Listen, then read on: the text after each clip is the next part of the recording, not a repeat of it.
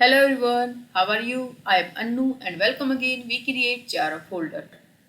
So friend, आज की class में हम लोग कॉस्ट ऑफ इक्विटी को डिस्कस करेंगे। इससे पहले भी कॉस्ट ऑफ कैपिटल से रिलेटेड हम अपने 2 वीडियो अपलोड कर चुके हैं, जहां पर हमने फर्स्ट क्लास के अंदर इंट्रो देखा था अपना कॉस्ट ऑफ कैपिटल का। देन सेकंड क्लास में हमने कॉस्ट ऑफ डेट और कॉस्ट ऑफ प्रेफरेंस शेयर कैसे फाइंड आउट होती है उसको डिस्कस किया। और आज की क्लास में हम अपना cost of equity and then cost of retained earning को डिस्कस करेंगे। So let's start. तो देखो, अब कॉस्ट ऑफ इक्विटी कैसे निकलेगी। अभी तक आपने देखा कि जो कॉस्ट ऑफ डेट थी, जो हमने लास्ट क्लास में निकाली थी कॉस्ट ऑफ डेट, उसके बाद आपकी कॉस्ट ऑफ जो प्रेफरेंस शेयर निकाली थी, यहाँ पर दोनों का जो रेट गिवन था आपको वो एक फिक्स परसेंटेज गिवन था। ठीक है ना। वो अलग बात है कि आप इन डेट के ऊपर आप एक फिक्स रेट ऑफ इंटरेस्ट पे करते हो। प्रेफरेंस शेयर के ऊपर आप प्रेफरेंस शेयर होल्डर के ऊपर आप एक fix rate of dividend pay करते हो। लेकिन यहाँ पर आपके पास एक फिक्स रेट गिवन था डेट और cost of preference share holder के अंदर।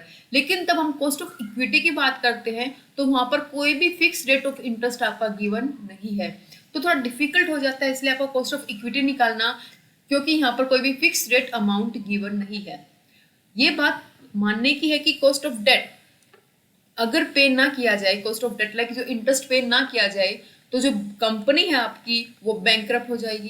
ठीक है ना, इलीगल माना जाएगा। लेकिन प्रेफरेंस शेयर होल्डर कंपनी पे करे या फिर ना करे, ज्यादा एज ए लीगल बाउंडेशन नहीं है प्रेफरेंस शेयर होल्डर को भी क्या पे करना, डिविडेंड पे करना। लेकिन यहाँ पर प्रेफरेंस तो हम लोगों को कि इक्विटी वालों से पहले पे किया जाएगा, एक फिक्स रेट ऑफ परसेंटेज पे किया जाएगा। ठीक है, लेकिन इक्विटी वालों को तो वो प्रेफरेंस भी नहीं है कि उनको कितना फिक्स रेट ऑफ इंटरेस्ट पे किया जाएगा। जितना भी जो भी डिविडेंड पे करना है किसको, इक्विटी शेयर होल्डर को, वो सारे का सारा क्या है, डिपेंड होता है किसके ऊपर, बोर्ड ऑफ डायरेक्टर के ऊपर, कि वो इक्विटी शेयर होल्डर को पे करेंगे या फिर पे नहीं करेंगे। क्लियर हुआ। कुछ लोग ये मानते हैं कि अगर मान लो हम इक्विटी शेयर होल्डर वालों को डिविडेंड पे नहीं करेंगे तो फर्म की वैल्यू वो क्या हो जाएगी, डाउन हो जाएगी। लेकिन कुछ एनालिस्ट कहते हैं कि फर्म की डिविडेंड पे करने से फर्म की वैल्यू पर कोई भी इफेक्ट नहीं होगा। तो आज तक ये एक तरह से कंफ्यूजन बना हुआ है कि डिविडेंड से कोई इफेक्ट होगा या फिर नहीं होगा, ये एक अलग क्वेश्चन है। लेकिन हमें वो कॉस्ट कैसे फाइंड आउट करनी है, सबसे मेन बात ये है हमारे लिए कि कॉस्ट ऑफ इक्विटी हम लोग कैसे फाइंड आउट करेंगे। तो देखो, अब हम थ्योरी को डिस्कस करते हैं कि कैसे आप कॉस्ट ऑफ इक्विटी को फाइंड आउट करोगे। आपके कौन कौन से मेथड है जिसके थ्रू आप कॉस्ट ऑफ इक्विटी को क्या करोगे, फाइंड आउट कर सकते हो। ठीक है, तो देखो क्या लिख रखा है, the cost of equity capital is far conceptually speaking the most difficult and controversial cost to measure. ठीक है ना, काफी डिफिकल्ट है। क्यों? क्योंकि यहाँ पे कोई फिक्स रेट ऑफ इंटरेस्ट नहीं है, जो अभी हमने डिस्कस किया था। The return on preference share although not the contractual obligation, कोई कॉन्ट्रेक्चुअल ऑब्लिगेशन नहीं है रिटर्न पे करना इनको, can also be estimated fairly accurately as they're fixed in terms of stipulation governing the issue of such share. In contrast, the return to the equity shareholder solely depend on the discretion of the company management, की company की management के ऊपर पूरे का पूरा depend है कि equity share holder को कितनी पेमेंट, कितना डिविडेंड पे किया जाएगा। जैसे प्रेफरेंस शेयर होल्डर के ऊपर कोई कॉन्ट्रेक्चुअल ऑब्लिगेशन नहीं है, लेकिन यहाँ पर एक Fairlie fix rate of term पहले से ही मेंशन है प्रेफरेंस शेयर होल्डर के अंदर। लेकिन इक्विटी शेयर होल्डर के अंदर तो वो भी पहले से कुछ भी मेंशन नहीं है। पूरे का पूरा किसके ऊपर डिपेंड है, कंपनी की मैनेजमेंट के ऊपर डिपेंड है कितना डिविडेंड पे किया जाएगा। ठीक है ना। Apart from absence of any definite commitment to receive dividend, कि कोई भी कमिटमेंट नहीं है, डेफिनेट कमिटमेंट किसके ऊपर, इक्विटी को कितना पेमेंट मिलेगी। The equity share holder rank at the bottom of Clement at the assets of the company at the time of liquidation. तो इसलिए लिक्विडेशन तब होगा, कभी भी कंपनी का लिक्विडेशन होता है तो उस वक्त जो शेयर होल्डर है, इक्विटी शेयर होल्डर है, वो सबसे लास्ट में आते हैं, सबसे बॉटम में क्या होते हैं, काउंट होते हैं। ठीक है। इट में therefore prima fascia appear that equity capital does not carry any cost. तो फर्स्ट टाइम देखने से क्या लग रहा है कि इक्विटी शेयर होल्डर की कोई भी कॉस्ट नहीं है, क्योंकि कोई एक फिक्स रेट ऑफ ऑब्लिगेशन ही नहीं, कोई एक फिक्स कमिटमेंट ही नहीं है कि इक्विटी शेयर होल्डर को कितना पे किया जाएगा। तो यहाँ पर एक बार तो देखने से ये लग रहा है कि इक्विटी शेयर होल्डर की कोई भी कॉस्ट नहीं है, लेकिन ये ट्रू नहीं है। इक्विटी शेयर होल्डर की भी क्या है, अपनी कॉस्ट है। ठीक है ना। Does certainly involve the cost of the firm.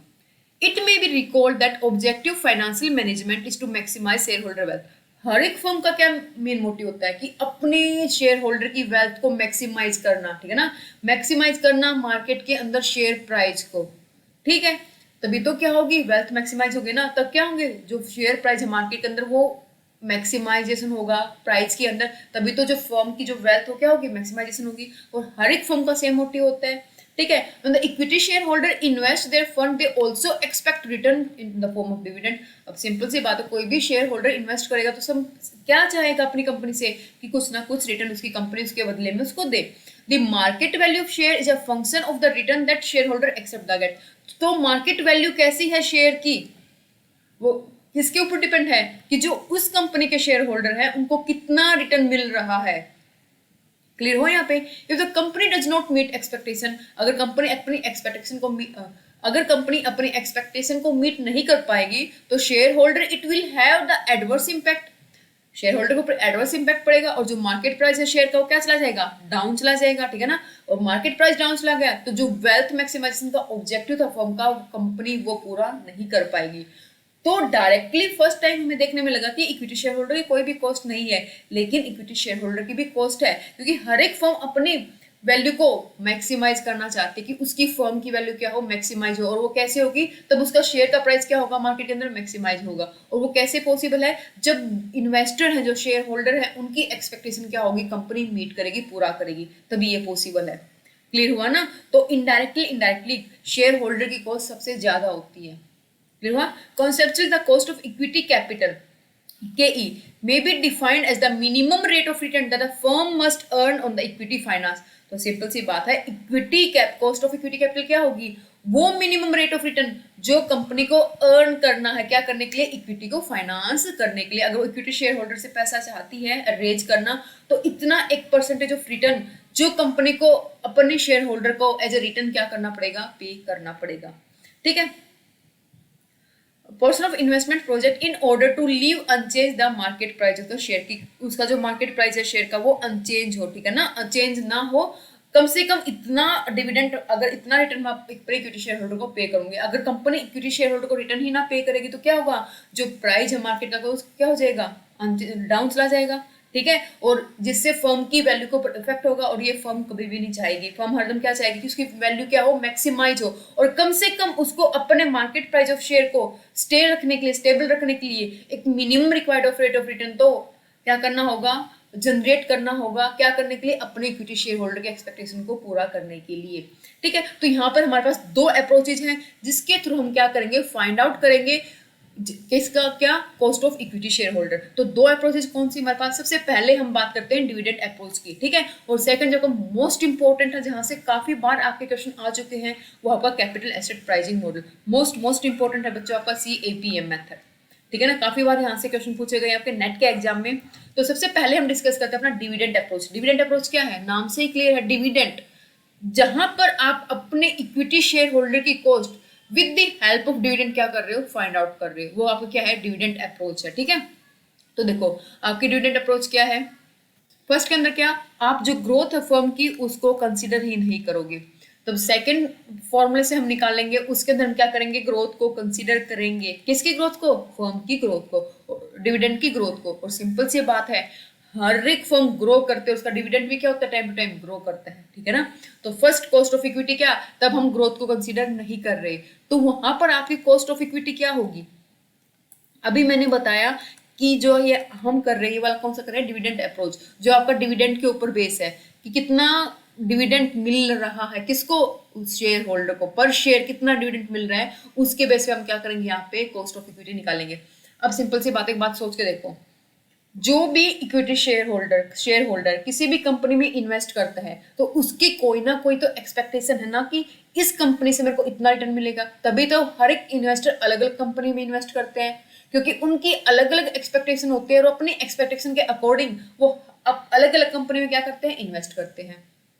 Clear हुई है बात, नहीं हुई, मैं एक बार रिपीट करते दोबारा से कि कॉस्ट ऑफ इक्विटी फर्स्ट आप कैसे निकालोगे, डिविडेंड की हेल्प से। डिविडेंड कितना लोगे आप, जो कि शेयर होल्डर एक्सपेक्ट करता है जिस कंपनी में उसने क्या कर रखा है, इन्वेस्ट कर रखा है। और हर एक की एक्सपेक्टेशन क्या है, अलग अलग है। एक एग्जांपल लेते हैं, फॉर एग्जांपल मान लो कोई पर्सन 25,000 लेकर क्या है, किसी सैलरी में खुश है, उसको एक्सपेक्टेड कितनी है उसकी, 25,000 तक है, और किसी पर्सन की सैलरी 25 से काफी ज्यादा क्या है, एक्सपेक्टेड है। ऐसा क्यों है, उनकी अलग अलग क्या है, एक्सपेक्टेशन है, उनकी क्वालिफिकेशन अलग अलग हो सकती है, लेकिन यहाँ पर आप एक सिंपल सी बात समझो, उनकी एक्सपेक्टेशन क्या है, अलग अलग है। उस जॉब से, उस सैलरी से, ठीक है ना। तो यहीं पर ऐसे बात मैंने कही कि जो इक्विटी शेयर होल्डर है उसकी क्या एक्सपेक्टेशन है, किससे, कंपनी से, कितना डिविडेंड वो चाहते हैं। तो तब हम कॉस्ट ऑफ इक्विटी निकालेंगे तो सबसे पहले लिखेंगे क्या, डिविडेंड पर शेयर। कौन सा डिविडेंड पर शेयर, जो एक्सपेक्टेड डिविडेंड है, कितना डिविडेंड एक्सपेक्ट करते हैं कौन, शेयर होल्डर, ठीक है ना। एक्सपेक्टेड डिविडेंड क्लियर हुआ। यहाँ पे डिवाइड कर देंगे जो करंट मार्केट वैल्यू है किसकी, शेयर की। करंट मार्केट वैल्यू क्या है शेयर की मार्केट के अंदर, ऊपर क्या लिखेंगे, ऊपर लिखेंगे हम एक्सपेक्टेड डिविडेंड, कितना वो डिविडेंड एक्सपेक्ट कर रहे हैं अपनी कंपनी से, जहां पर उन्होंने क्या कर रखा, इन्वेस्ट कर रखा। और ये एक्सपेक्टेड डिविडेंड हर एक शेयर होल्डर का हर एक कंपनी के लिए क्या होगा, अलग अलग होगा, ठीक है ना। ये बात यहाँ पर क्लियर हुई। तो देखो इसका सिंपल सा फॉर्मूला क्या होगा, dividend per share divide by CMV, current market value. आप इसको शो करोगे ऐसे, D1 डिवाइड बाय P0। अब ये D1 का मतलब क्या है, डिविडेंड फर्स्ट ईयर का। अब एक बात सुनो, अगर आप D0 पर, मतलब D0 मतलब कि आज के टाइम पर पैसा इन्वेस्ट करते हो, तो क्या आपको कंपनी आज के दिन ही डिविडेंड दे देगी, नहीं ना। हो सकता है एक साल बाद दे। तो जो D1 है वो आज से एक साल का टाइम पीरियड है, वो टाइम पीरियड है, तब आपको क्या मिलेगा, डिविडेंड मिलेगा। इसलिए हमने यहाँ पे क्या लिखा, D1 dividend per share for next year का। आप इस साल इन्वेस्ट करो तो आपको इस साल ही डिविडेंड नहीं मिल जाएगा, आपको नेक्स्ट ईयर क्या मिलेगा, वो डिविडेंड मिलेगा। तो D0 आपका प्रेजेंट ईयर को रिप्रेजेंट करता है और D1 आपका नेक्स्ट ईयर, जिस ईयर आपको क्या मिलेगा, डिविडेंड रिसीव होगा। तो इसलिए हम लिखते हैं D1। P0, अब जो करंट मार्केट प्राइस है, कंपनी को कितनी अमाउंट रिसीव होगी, मान लो आपने किसी कंपनी में इन्वेस्ट किया है, तो उस कंपनी को कितनी अमाउंट रिसीव होगी, जितने का आपने शेयर खरीदा है ना आज के दिन, उतनी तो रिसीव होगी ना।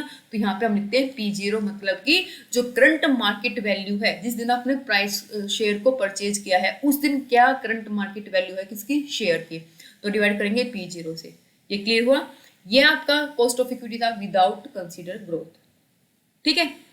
अब सेकेंड ऑप्शन, तब आप कंसीडर करते हो किसको, ग्रोथ को। तो उस वक्त आपका डिविडेंड कैसे, कॉस्ट ऑफ इक्विटी कैसे निकलेगी, विद ग्रोथ कंसीडरेशन। तो वहां पर same dividend of the first year divide by क्या, करंट मार्केट प्राइस, ठीक है ना। ऐड कर देंगे क्या इसके अंदर, हम अपनी ग्रोथ को क्या कर देंगे, ग्रोथ को इसके अंदर हम क्या कर देंगे, ऐड कर देंगे। तो हमारा यहाँ से क्वेश्चन निकलाएगा ना, ये हमारा फॉर्मूला है। तब हम कॉस्ट ऑफ इक्विटी निकालते हैं with the help of dividend when we consider the growth. ये चीज क्लियर हुई यहाँ पे। अब देखो हम एक प्रैक्टिकल डिस्कस कर लेते हैं जिससे आपको अच्छे से क्लियर हो जाएगा, ठीक है। तो फॉर एग्जाम्पल मान लो जो आपको P0 दे रखा है, P0 मतलब कि करंट मार्केट प्राइस, जो आपको करंट मार्केट प्राइस दे रखा है वो दे रखा है ₹112, ठीक है, 112। उसके बाद आपको D0 दे रखा है। D0 मतलब कि जिस दिन आपने इन्वेस्ट किया है कंपनी में, उस दिन कितना डिविडेंड मिल रहा है पर शेयर पे के ऊपर, तो मिल रहा है ₹10 पर शेयर के ऊपर, ठीक है। देन आपको दे रखे ग्रोथ, ग्रोथ कितनी, 12%।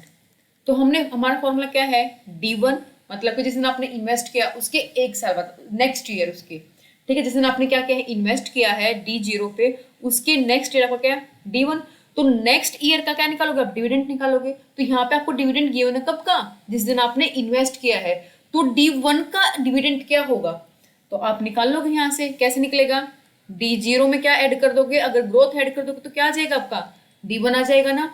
तो यहाँ पर D0 कितना अपना आपका 10, प्लस क्या कर दोगे इसके अंदर 12%। तो 12% क्या होगा इसका, 12% क्या होगा इसका, 12% होगा 1.2, ठीक है।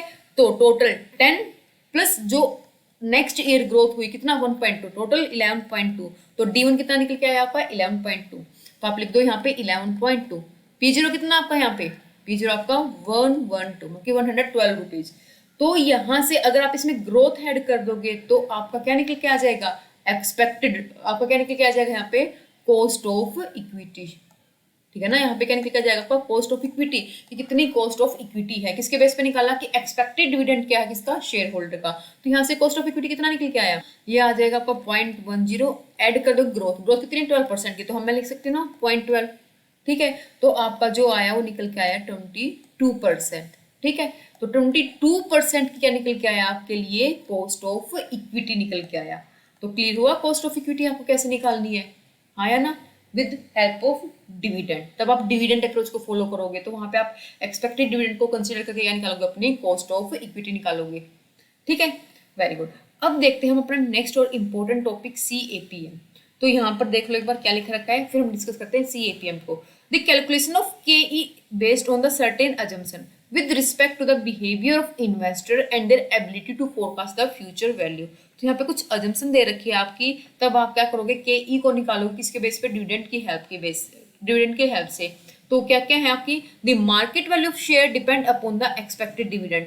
जो मार्केट वैल्यू है ना शेयर का, वो डिपेंड है एक्सपेक्टेड डिविडेंड। मतलब कहने का मतलब यहाँ पे क्या है, अगर जो एक्सपेक्टेड डिविडेंड है वो नहीं मिल रहा शेयर होल्डर को, जो एक्सपेक्टेड वैल्यू वो नहीं मिल रही, तो जो मार्केट वैल्यू है शेयर की, जो प्राइस वो डाउन चला जाएगा। ठीक है ना, तो मार्केट वैल्यू जो शेयर का प्राइस है तभी अपना कांस्टेंट रहेगा, तब कंपनी जो डिविडेंड की एक्सपेक्टेशन है शेयर होल्डर की वो पूरा करेगी। ठीक है, ये एज्यूम करना है आपको इस अप्रोच को फॉलो करते हुए। फिर नेक्स्ट क्या आपका, the initial dividend D0 is greater than 0। Simple सी बात है ये तो, जो आपका डिविडेंड है, जो आप D0 तब जिस दिन आपने इन्वेस्ट किया है उस दिन कुछ ना कुछ डिविडेंड कंपनी का होना चाहिए, मतलब कि 0 से ग्रेटर देन होना चाहिए, मतलब कि कंपनी कुछ ना कुछ डिविडेंड डिस्ट्रीब्यूट करती हो अपने किसको, शेयर होल्डर को। सेम बात है, the dividend pay out ratio is constant. जो डिविडेंड पे आउट रेशियो है वो कांस्टेंट रहेगी, वो एकदम से इंक्रीज नहीं होगी, वो कांस्टेंट रेट से रहेगी आपकी dividend pay out ratio. The investor can accurately measure the riskness of the firm so as to agree on the rate at which discount the dividend। तो ये कुछ assumption थी किसके, आपके कॉस्ट ऑफ इक्विटी की, तब आप डिविडेंड अप्रोच क्या करते हो, फॉलो करते हो।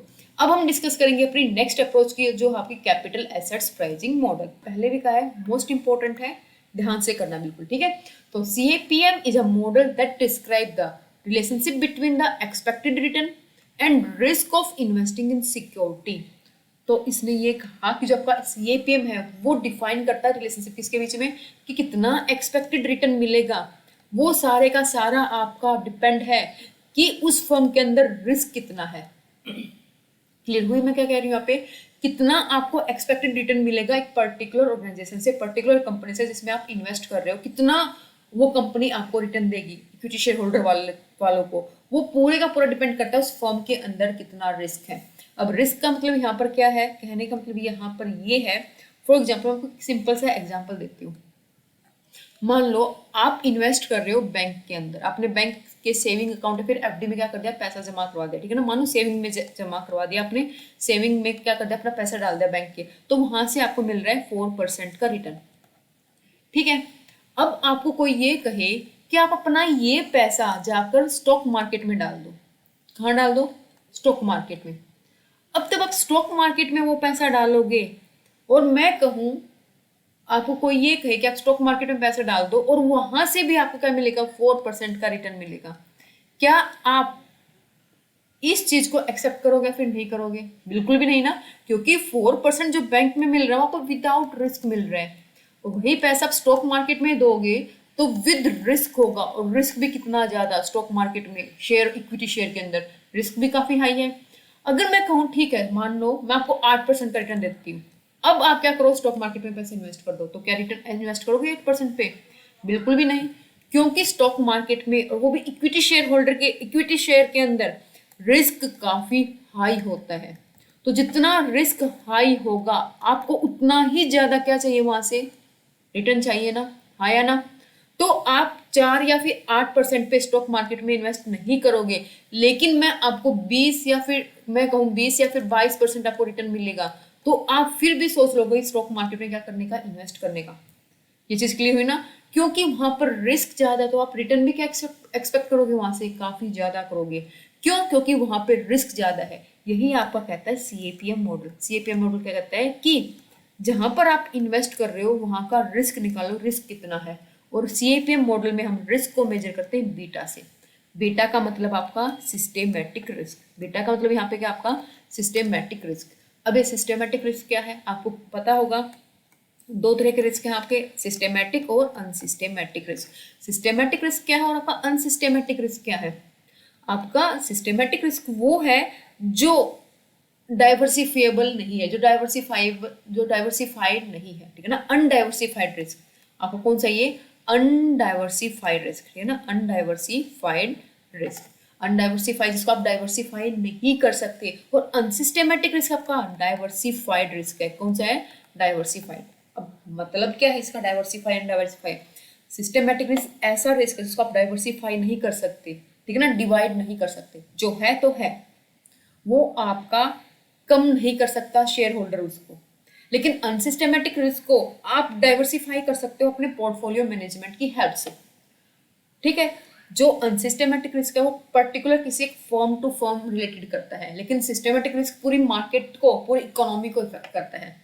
फॉर एग्जाम्पल लेट्स से इंटरेस्ट रेट में चेंज हुआ, इंटरेस्ट रेट इंक्रीज हुआ, ठीक है, तो इंटरेस्ट रेट इंक्रीज होने के कारण जो रिस्क क्रिएट होगा वो पूरी मार्केट में होगा ना, किसी एक पर्टिकुलर फर्म पे नहीं होगा ना। इंटरेस्ट रेट का इफेक्ट तो पूरी मार्केट में पड़ेगा ना, है ना। लेकिन किसी फर्म का प्रोडक्ट है, वो जो उसकी सेल है वो डाउन जा रही है, अब उसकी जो सेल डाउन जा रही है किसी पर्टिकुलर कंपनी की, किसी ऑर्गेनाइजेशन की, तो उसकी सेल उसी की वैल्यू को इफेक्ट करेगी ना कि किसी और फर्म को। क्लियर हुआ ना? तो वो आपको क्या है? अनसिस्टेमेटिक रिस्क, क्योंकि किसी एक पर्टिकुलर फर्म को इफेक्ट करता है कोई risk, this is called unsystematic risk, जिसको आप कम कर सकते हो डाइवर्सिफाई करके। मान लो आप इन्फोसिस में इन्वेस्ट कर रहे हो, ठीक है ना, आपने पूरा पैसा इन्फोसिस में इन्वेस्ट कर दिया, तो आपने जो रिस्क लिया है सिर्फ एक कंपनी में इन्वेस्ट करके, तो आप उसको डाइवर्सिफाई कर सकते थे अलग अलग कंपनी में अपना एक पोर्टफोलियो मैनेज करके, तो आप उस रिस्क को कम कर सकते थे। लेकिन आपने यहाँ पे अपना रिस्क इंक्रीज कर लिया किसी एक कंपनी में, एक पर्टिकुलर कंपनी में क्या करके इन्वेस्ट करके, अगर वो उसका प्राइस डाउन गया तो आपके सारे पैसे क्या गए। लेकिन आपने वही पैसे अलग अलग कंपनी में लगाए होते तो आपने रिस्क क्या कर लिया होता? डाइवर्सिफाई। जैसे ही आपने रिस्क डाइवर्सिफाई किया होता आपका रिस्क क्या होता है? मिनिमाइज। तो आपने अनसिस्टेमेटिक रिस्क को कंट्रोल क्या नहीं किया ना। तो अनसिस्टेमेटिक रिस्क को आप कंट्रोल कर सकते हो, ठीक है ना, मैनेज कर सकते हो, मिनिमाइज कर सकते हो अनसिस्टेमेटिक रिस्क को, लेकिन सिस्टेमेटिक रिस्क को आप मिनिमाइज नहीं कर सकते। इन्फ्लेशन हुआ, इंटरेस्ट रेट में चेंज हुआ, परचेजिंग पावर इंक्रीज हुई या डिक्रीज हुई, इस जो भी रिस्क क्रिएट होगा वो पूरी मार्केट के ऊपर इफेक्ट डालेगा, उसमें कोई कंपनी कुछ भी नहीं कर सकती, कोई सिंगल कंपनी। ये चीज यहाँ पर क्लियर आप सभी को, ठीक है ना। तो आपका जो बीटा है यहाँ पर सीएपीएम मॉडल के अंदर वो सिर्फ सिस्टेमेटिक रिस्क को कंसीडर करता है कि जिस कंपनी में आप इन्वेस्ट कर रहे हो उस कंपनी का सिस्टेमेटिक रिस्क कितना है, उसके बेस पे वो उस कंपनी का रिटर्न प्रीमियम निकालेगा, कितना वो एक्स्ट्रा प्रीमियम देगी वो कंपनी उस रिस्क के कारण वो निकालेगा। ये सबसे फर्स्ट पॉइंट जो आपको यहाँ पर याद रखना है। क्या? सीएपीएम जो मॉडल है वो एक्सपेक्टेड रिटर्न निकालता है आपके रिस्क के बेस पे कि ऑर्गेनाइजेशन के अंदर कितना रिस्क है, और कौन सा रिस्क? सिर्फ सिस्टेमेटिक रिस्क, ठीक है। ये जैसे क्लियर यहाँ पे वो हम देखेंगे वो कैसे फाइंड आउट करता है वो, लेकिन अभी ये बात क्लियर हुई, ठीक है। अब नेक्स्ट चीज देखो जो आपको समझने की है। मेनली हम जो बीटा है, जो बीटा मतलब कि जो सिस्टेमेटिक रिस्क है, बीटा मतलब कि आपका जो सिस्टेमेटिक रिस्क है जिसको आप मिनिमाइज नहीं कर सकते, ठीक है, वो हरदम हम जो पूरी मार्केट है ना, पूरी मार्केट के लिए हम 1 कंसिडर करते हैं। मतलब कि हम ये मानते हैं कि पूरी मार्केट के अंदर कितना रिस्क है? 1 रिस्क प्रेजेंट है, ठीक है। अब हम कंपेयर करेंगे जो पर्टिकुलर कोई इंडस्ट्री है, मान लो आप इन्वेस्ट करना चाहते हो किसी कंपनी में, विप्रो में, ठीक है, उस पर्टिकुलर विप्रो कंपनी का बीटा कितना, मतलब कि उस पर्टिकुलर जो कंपनी है विप्रो उसका सिस्टेमेटिक रिस्क कितना है, मान लो वो आया 1.2, तो इसका मतलब जो पूरी मार्केट का बीटा है, जो पूरी मार्केट का सिस्टेमेटिक रिस्क है वो 1 है, और जो विप्रो का सिस्टेमेटिक रिस्क है वो क्या है? 1.2, ठीक है, मतलब कि उससे ज्यादा है। फॉर एग्जाम्पल मार्केट है जो वो आपको रिटर्न दे रही है 15% का, ठीक है ना। तो जो हमने एग्जांपल में लिया था, जो आपकी रिस्क फ्री सिक्योरिटी थी, जहां पे आपने बैंक में पैसा क्या करवाया था? जमा करवाया था, बैंक में पैसा डाला था अपना, वो आपका रिस्क फ्री रिटर्न था, और वो रिस्क फ्री रिटर्न आपका कितना था? 4%। तो आपने सिर्फ एक का रिस्क लिया। कितने का रिस्क लिया? मार्केट के अंदर आपने एक का रिस्क लिया। आपने तब सिक्योरिटी स्टॉक मार्केट में इन्वेस्ट किया एक का रिस्क लेके, तो आपको वहां से 15% का क्या मिला है? रिटर्न मिला है। तो इसका मतलब कि आपने एक का रिस्क लिया तो आपका रिटर्न 4% से इंक्रीज होकर क्या हुआ? 15% हुआ। क्लियर हुआ या नहीं हुआ ये बात? ठीक है ना। एक रिस्क के कारण आपके रिटर्न में 11% का क्या आ गया? चेंज आ गया। तो ये जो 11% आपको स्टॉक मार्केट एक्स्ट्रा दे रही है वो किसके लिए दे रही है? वो आप जो रिस्क एक्स्ट्रा ले रहे हो ना वो उसके लिए है। जो आपने एक का रिस्क लिया ना वो उसके लिए 11% क्या दे रही है आपको स्टॉक मार्केट एक्स्ट्रा दे रही है। तो हम यहाँ पर ये कह सकते हैं ना कि आपका रिस्क प्रीमियम है, रिस्क लेने के कारण जो आपको एक्स्ट्रा पैसे मिले तो वो ही आपका ये कहलाएगा यहाँ पे आपका क्या, रिस्क प्रीमियम। आया ना, क्लियर हुई है बात यहाँ पे, ठीक है। फिर देखो, अगर आप विप्रो में कितने का रिस्क लोगे, 1.2 का, तो इसका मतलब ये है कि आपको 15% से ज्यादा मिलना चाहिए। अब हमें यही फाइंड आउट करना है कि कोई भी इन्वेस्टर किसी पर्टिकुलर स्टॉक में इन्वेस्ट करता है तो उसका कितना एक्सपेक्टेड रेट ऑफ रिटर्न होगा, हम यहाँ से वो निकालेंगे, उसका कितना एक्सपेक्टेड रेट ऑफ रिटर्न होगा उस पर्टिकुलर इन्वेस्टर का। क्योंकि वो मार्केट में इन्वेस्ट करके एक के रिस्क पे 15% अर्न कर रहा है, तो 1.2 का रिस्क लेगा, क्या वो 15% लेगा? बिल्कुल भी नहीं लेगा। वो क्या कहेगा, मैं ज्यादा रिस्क ले रहा हूं तो ज्यादा रिटर्न भी तो चाहिए मेरे को, हाँ या ना, ठीक है। अब कितना ज्यादा रिटर्न है वही यहाँ पे फाइंड आउट करना है। तो देखो, अगर आप एक का रिस्क लेके 11% का क्या कर रहे हो, प्रीमियम ले रहे हो ना, आपने एक का रिस्क लिया और आपने यहाँ पे कितना प्रीमियम लिया, 11% का, ये चीज क्लियर हुई। तो आप 1.2 का रिस्क लोगे तो कितना प्रीमियम लोगे, तो आप अगर इसको ऐसे करो तब एक का रिस्क लिया तो आपको कितना मिला, 11%, आप कितने का ले रहे हो, 1.2 का। तो अगर आप इसको इससे मल्टीप्लाई कर दोगे तो आपका आंसर नहीं आ जाएगा, ठीक है ना। इसका क्या निकलाएगा, वो इसका रिस्क प्रीमियम निकलाएगा। 11% को 1.2 से मल्टीप्लाई करोगे तो कितना आएगा आपका, 13.2 आएगा ना, 13.2%। तो इसका मतलब अगर आप विप्रो में इन्वेस्ट करोगे तो वहां पर 1.2 रिस्क लेने के लिए आप वहां से कितना चार्ज करोगे, 13.2%। ये आपका निकल के आया है सिर्फ प्रीमियम। ये क्या निकल के आया है आपका, प्रीमियम निकल के आया है। ऐड कर दो कि इसके अंदर वो risk free rate of return जो आपको कम से कम तो लेना ही लेना है, कि इतना तो मेरे को चाहिए ही चाहिए, 4%, प्लस वो चाहिए जो आपके अंदर रिस्क है उसका प्रीमियम। तो यहाँ पर विप्रो 1.2 के लिए कितना प्रीमियम देगी इन्वेस्टर को, 13.2 का, और कम से कम रिस्क फ्री रिटर्न तो चाहिए इन्वेस्टर को। ऐड कर दो क्या, 4%, तो टोटल यहाँ पे कितना हुआ, 17.2%। तो इसका मतलब कि अगर कोई भी इन्वेस्टर विप्रो में इन्वेस्ट करेगा तो उसका minimum expected rate of return क्या होगा, कम से कम 7.2। तो वहां से उसको इतना रिटर्न तो विप्रो दे ही दे, तभी वो क्या करेगा, विप्रो में इन्वेस्ट करेगा, वरना बिल्कुल नहीं करेगा। इससे ज्यादा होना चाहिए लेकिन इससे कम बिल्कुल भी नहीं होना चाहिए। अगर विप्रो में कोई भी इन्वेस्टर इन्वेस्ट करेगा, अगर इससे ज्यादा रिटर्न दे रही तो इन्वेस्टर क्या करेंगे, यहाँ पे इन्वेस्ट करेंगे, वरना नहीं करेंगे। ये चीज यहाँ पर क्लियर हुई या फिर नहीं हुई, यही आपका पूरा CAPM है। यहाँ पर हमने सिर्फ क्या देखा इस एग्जाम्पल में, कि आप जो एक्स्ट्रा रिस्क ले रहे हो उसके लिए आप कैसे प्रीमियम निकालोगे इस पर्टिकुलर स्टॉक का, और वही प्रीमियम आपके लिए क्या है, वो रिस्क का प्रीमियम है, और वही प्रीमियम जो आपने निकाला है वो आपका CAPM मॉडल है, जो आपको कहता है capital asset pricing model. Clear हुआ या फिर नहीं हुआ, जल्दी बोलो, वेरी गुड, ठीक है। तो यहाँ पर देखो फॉर्मूला क्या आपका, risk free rate of return. एक बार अप्लाई करते हैं, देखते हैं सेम आंसर आता है नहीं आता। तो यहाँ पे जो कॉस्ट ऑफ इक्विटी कह लो या फिर एक्सपेक्टेड रेट ऑफ रिटर्न कह लो, किसी भी पर्टिकुलर सिक्योरिटी का कैसे निकलेगा, risk free rate of return कितना है, ऐड कर दोगे बीटा, ठीक है, किससे क्या कर दोगे फिर इसके अंदर जो रिटर्न है, किससे, मार्केट से कितना रिटर्न मिल रहा है आपको, ठीक है, माइनस रिस्क फ्री रिटर्न कितना है। तो जो भी आएगा वो आपको क्या निकल के आएगा, एक्सपेक्टेड रेट ऑफ रिटर्न निकल के आएगा। तो देखो 4% आपका क्या था यहाँ पे, रिस्क फ्री रिटर्न था। बीटा कितना उस पर्टिकुलर स्टॉक का, 1.2। रिस्क मार्केट से रिटर्न कितना मिल रहा है आपको, 15%। कितना मिल रहा है रिटर्न, 15% का रिटर्न मिल रहा है। माइनस क्या कर दोगे यहाँ से, 4% रिस्क फ्री रिटर्न।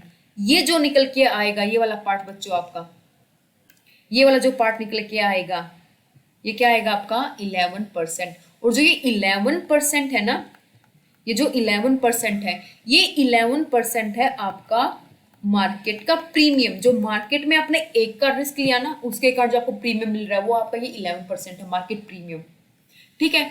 और जो ये पूरा हिस्सा है ये वाला, अगर मैं इसके अंदर ये भी ऐड कर दूं 1.2, जो बीटा है उस पर्टिकुलर स्टॉक का, अगर मैं इसको भी ऐड कर दूं तो ये जो निकल के आएगा आपका ये कंप्लीट पोर्शन यहां तक कितना, 11% मल्टीप्लाई क्या आपका 1.2। जो ये निकल के आएगा, ये निकल के आएगा आपका उस सिक्योरिटी का, उस पर्टिकुलर स्टॉक का प्रीमियम, उस पर्टिकुलर सिक्योरिटी का क्या प्रीमियम, जो उस पर्टिकुलर सिक्योरिटी में रिस्क है और जो वो आपको दे रहा है। तो यहाँ से हमारा क्या निकला 13.2, ठीक है 13.2%। चीज क्लियर हुई यहाँ पे ये, ठीक है। ये तो आपको क्या निकला स्टॉक प्रीमियम जो मैंने अभी बोला, ठीक है। ये आपका निकला स्टॉक प्रीमियम। 30.2 क्या आपका स्टॉक प्रीमियम है, जो उस पर्टिकुलर स्टॉक में आप इन्वेस्ट करके क्या कर रहे हो, प्रीमियम ले रहे हो, ठीक है। और ये वाला पोर्शन आपका क्या है, 11% आपका मार्केट प्रीमियम है। ये दोनों चीज क्लियर हुई यहाँ पे, ठीक है। उसके बाद अगर इसमें आप 4% और ऐड कर दोगे तो टोटल आपका एक्सपेक्टेड रेट ऑफ रिटर्न नहीं निकलाएगा। सेम तो निकला अपना 17.2% आपका क्या निकलाया, total expected rate of return. हाँ या ना, क्लियर हुआ ना। तो यहीं पर ये चीज सारी यहीं पर लिख रखी है, ठीक है। तो आपका क्या लिख रखा है, एक बार हम थ्योरी पढ़ लेते हैं। प्रैक्टिकल एस्पेक्ट देख लिया हमने कि कैसे कैसे सॉल्व हुआ, एक बार थ्योरी पढ़ लेते हैं जिससे आपको अच्छे से क्लियर हो जाए CAPM मॉडल क्या है, कैसे ये वर्क करता है, कैसे यहाँ से आप एक्सपेक्टेड रेट ऑफ रिटर्न निकालते हैं और किसके ऊपर बेस है। सबसे इंपॉर्टेंट बात जो याद रखने वाली है, ये आपका एक्सपेक्टेड रिटर्न निकालता है पर्टिकुलर रिस्क को देख के, उस पर्टिकुलर सिक्योरिटी के अंदर कितना रिस्क है। और सिर्फ कौन सा रिस्क कंसिडर करेंगे यहाँ पे हम, याद रखना सिर्फ सिस्टमेटिक रिस्क को कंसिडर करेंगे, अनसिस्टमेटिक रिस्क को यहाँ पे इग्नोर कर देंगे। क्यों इग्नोर कर देंगे, क्योंकि जो अनसिस्टमेटिक रिस्क है उसको आप डाइवर्सिफाई कर सकते हो, लेकिन सिस्टमेटिक रिस्क को आप डाइवर्सिफाई नहीं कर सकते। क्लियर ना, वेरी गुड। तो यहाँ पे सारी चीजें ये लिख रखी है, जो कैपिटल एसेट प्राइसिंग मॉडल है वो रिलेशनशिप दिखाता है सिस्टमेटिक रिस्क के साथ, बिकॉज कि जो आपका सिस्टमेटिक रिस्क है आपका, वो आप डाइवर्सिफाई नहीं कर सकते। Risk attribute the factor that effect all the firm, जो सभी फर्म को क्या करता है, इफेक्ट डालता है, जैसे इंटरेस्ट रेट में चेंज, इन्फ्लेशन और परचेजिंग पावर में क्या होना, चेंज होना। और अनसिस्टमेटिक रिस्क जो आपका, वो एलिमिनेट कर सकता है इन्वेस्टर क्या करके, डाइवर्सिफाई करके, ठीक है ना। The systematic risk is the only relevant risk, ये मानता है आपका CAPM मॉडल की सिस्टमेटिक रिस्क की रेलेवेंट रिस्क है, अनसिस्टमेटिक रिस्क को आप पोर्टफोलियो मैनेजमेंट करके डाइवर्सिफाई कर सकते हो। According to CAPM, non-diversifiable risk, the investment security asset is assessed in the term of beta coefficient. जो जो आपका सिस्टमेटिक रिस्क है, फिर नॉन डाइवर्सिफिएबल रिस्क है, उसको हम बीटा से मेजर करते हैं आपका CAPM के अंदर। Beta is measure the volatility of security return related to the return to the board of based of the market portfolio. और जो मार्केट पोर्टफोलियो का रिस्क है उसको हम हरदम 1 से क्या करते हैं, डिनोट करते हैं। हरदम 1 क्यों किया, 1 को एक बेस लाइन लेकर चलाना, हम लोग 1 को एक बेस लाइन लेकर चलते हैं। लाइक आपकी पूरी मार्केट है, इसका रिस्क 1 है, किसी एक पर्टिकुलर स्टॉक का रिस्क इससे ज्यादा हुआ तो ज्यादा रिस्की हो स्टॉक, ठीक है ना। कंपेयर टू मार्केट से वो रिस्क क्या है, ज्यादा रिस्की है। अगर किसी भी पर्टिकुलर स्टॉक का जो रिस्क जो बीटा है वो 1 से कम हुआ, 1 आपका बेस है, ठीक है ना, और 1 से कम हुआ तो इसका मतलब क्या है, वो स्टॉक कम रिस्की है। जिस क्लियर हुई ना, वो स्टॉक कम रिस्की है कब, तब उसका बीटा 1 से कम है, 1 आपका बेस लाइन है। लाइक आपका पासिंग मार्क्स होते हैं 33% से ऊपर पास और उससे नीचे क्या, फेल। इसी तरह का 1 क्या है यहाँ पे, मार्केट का, पूरी ओवरऑल मार्केट का रिस्क है। तो हम पर्टिकुलर स्टॉक को क्या करेंगे, उससे कंपेयर करेंगे, जो पर्टिकुलर स्टॉक है उसके अंदर रिस्क ज्यादा है, उसके अंदर रिस्क कम है, और उसके बेस पे हम क्या निकालेंगे, यहाँ पर उसका रिटर्न को फाइंड आउट करेंगे। क्लियर यहाँ पे, ठीक है। तो बेटा is relatively risk measure, it measure the indicate risk of a particular stock in relation with the market, कि मार्केट के रिलेशन में उस पर्टिकुलर स्टॉक के अंदर कितना रिस्क है, ठीक है, वो मेजर करता है आपका beta. For example, if beta stock is 1.20 times, it understood that risk of A is 1.2 time of the risk of prevailing in the market. जो मार्केट है उससे 1.2 टाइम्स क्या, उसका मार्केट का रिस्क ज्यादा है, ठीक है। ये प्रैक्टिकल यहाँ पे सोल्व करके दिखा रखा है, जो मैंने अभी जस्ट आपको बताया है, ठीक है, सेम है बिल्कुल, कुछ भी डिफरेंट नहीं है। फिर आपका नेक्स्ट टॉपिक क्या है, रिटेन अर्निंग की कॉस्ट। अब रिटेन अर्निंग की हम बात करें तो रिटेन अर्निंग क्या होती है, आपको पता है ना, कि जो प्रॉफिट कंपनी ने as a retain earning distribute नहीं किया, उसको अपने पास रख लिया, वही तो क्या कहलाएगी, रिटेन अर्निंग कहलाएगी ना। जो डिस्ट्रीब्यूट कर दिया वो डिविडेंड हुआ, और जो डिस्ट्रीब्यूट नहीं किया प्रॉफिट, वो क्या हुआ, इक्विटी शेयर होल्डर को जो डिस्ट्रीब्यूट नहीं किया प्रॉफिट, रिटेन अर्निंग हुई, जो कंपनी ने जिसको अपने पास रख लिया। नॉर्मली देखने में क्या होता है, रिटेन अर्निंग की कोई भी कॉस्ट नहीं है, लेकिन रिटेन अर्निंग की कॉस्ट है। और रिटेन अर्निंग की कॉस्ट कैसे है, रिटेन अर्निंग की कॉस्ट है कि जो भी अपॉर्चुनिटी कॉस्ट हुई ना, वो होगी आपकी रिटेन अर्निंग की कॉस्ट, ठीक है ना। आपकी कॉस्ट ऑफ इक्विटी की तरह ही हम मान लेते हैं कि वो आपकी क्या है, रिटेन अर्निंग की कॉस्ट है। फॉर एग्जाम्पल लेट्स से, अगर जो रिटेन अर्निंग है मेरी, मैं उसको company as a retain earning ना रख के अपने शेयर होल्डर को दे देता, शेयर होल्डर क्या करते, उसको कहीं और इन्वेस्ट करते और वहां से क्या करते, रिटर्न जनरेट करते। अब जो भी रिटर्न जनरेट होता वहां से, मतलब कि उसको क्या हुई, वो इनकम हुई, जो कि अब नहीं हुआ, क्यों, क्योंकि कंपनी ने वो पैसा डिस्ट्रीब्यूट नहीं किया, उसको अपने पास रख लिया। तो वो अपॉर्चुनिटी कॉस्ट हुई या इन्वेस्टर के लिए नहीं हुई? हुई ना। तो ये कहते हैं कि जो वो अपॉर्चुनिटी कॉस्ट है ना, उसको ही हम रिटर्न अर्निंग की कॉस्ट मानेंगे। लेकिन इसके अंदर एक बात है कि एज अपॉर्चुनिटी कॉस्ट वो आपके लिए हो जाएगी कॉस्ट ऑफ इक्विटी के इक्वल, ठीक है ना। तो जो कॉस्ट ऑफ इक्विटी आएगी वही क्या है, रिटेन अर्निंग की कॉस्ट है। लेकिन यहाँ पर एक बात ये है कि हम डायरेक्टली जो हमारे अपॉर्चुनिटी कॉस्ट है ना, उसको हम रिटेन अर्निंग नहीं मान सकते। क्यों? ये कह रहा है कि मान लो कंपनी ए है, ठीक है, इसने डिविडेंड डिस्ट्रीब्यूट किया होता, मान लो लेट से 10,000 का प्रॉफिट हुआ इसको, 10,000 का, उसने 5,000 डिविडेंड पे कर दिया और 5,000 अपने पास रख लिया। अगर ये इस 5,000 को भी डिस्ट्रीब्यूट कर देता एज अ डिविडेंड, तो शेयर होल्डर को उसके ऊपर टैक्स पे करना पड़ता डिविडेंड के ऊपर, और कुछ ब्रोकरेज फीस हो सकती जो कि पे करनी पड़ती, आया ना। तो शेयर होल्डर के पास पूरा 5,000 पैसे रुपए नहीं जाते, कुछ कम जाता, टैक्स और ब्रोकरेज फीस क्या होके माइनस जाके माइनस होकर, ठीक है ना। और फिर वो उस कम पैसे को इन्वेस्ट करते, लेट्स से इस पे 1,000 रुपया क्या हुआ, डिडक्ट हुआ फॉर एग्जाम्पल, ठीक है ना, 1,000 रुपया डिडक्ट हुआ और 4,000 रुपीज बचे। अब जो 4,000 रुपीज है, अब वो इन्वेस्ट करेगा तो अपॉर्चुनिटी कॉस्ट इसकी कम हो जाएगी ना, ठीक है। तो इसलिए जो आपका रिटेन अर्निंग का फॉर्मूला होता है ना, वो क्या कहते हैं, जो कॉस्ट ऑफ इक्विटी है ना, उसमें से आपको जो टैक्स जितना आपने पे किया है वो माइनस कर दो, और जो आपकी ब्रोकरेज फीस है वो माइनस कर दो, तो आपका क्या निकलाएगा, कॉस्ट ऑफ रिटेन अर्निंग निकलाएगा। क्लियर हुई मैं यहाँ पर क्या कह रही हूँ? ये 1 माइनस टी क्यों किया?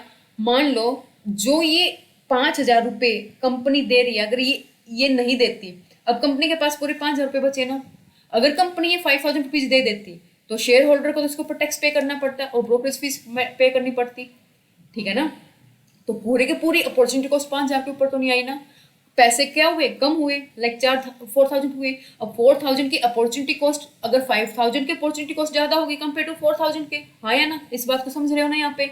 तो जो आपकी कॉस्ट ऑफ इक्विटी है ना, उसमें से वो पोर्शन माइनस कर दो जो टैक्स और ब्रोकरेज का है, क्योंकि ये पैसा अभी कंपनी के पास रहा, तो कंपनी एज अ डिविडेंड उसको डिस्ट्रीब्यूट करती, तो वो टैक्स और ब्रोकरेज में क्या हो जाता, माइनस हो जाता। तो मान लो यहाँ पे 20% टैक्स होता, तो यहाँ पे सिर्फ कितना मिलता उनको, शेयर होल्डर को 80% पैसा ही मिलता ना। और ब्रोकरेज मान लो उन्होंने 2% ब्रोकरेज दिया, जितना उनको पैसा मिला, तो उनको कितना मिलता है यहाँ पे पैसा, उसमें से भी 98 था, 98%, हाँ है ना, इस बात को समझ रहे हो ना, ये चीज क्लियर हुई यहाँ पे, ठीक है ना। तो इसलिए जो आपकी कॉस्ट ऑफ इक्विटी है उसमें से आप क्या कर दोगे, टैक्स को माइनस कर दोगे जो पे करते शेयर होल्डर, और किसको माइनस कर दोगे, ब्रोकरेज को क्या कर दोगे, माइनस कर दोगे जो शेयर होल्डर पे करते, लेकिन कंपनी ने अब पे नहीं किया, तब कंपनी के पास वो क्या है, रिटेन्ड अर्निंग है। तो आप कॉस्ट ऑफ इक्विटी में से क्या माइनस कर दो, क्या कम लो, जो टैक्स पे किया है और जो ब्रोकरेज फीस पे किया है उसको कम करके, लाइक 20% से टैक्स को कम कर दो 80%, और ब्रोकरेज फीस को कम कर दो। ये चीज क्लियर हुई यहाँ पे, ठीक है।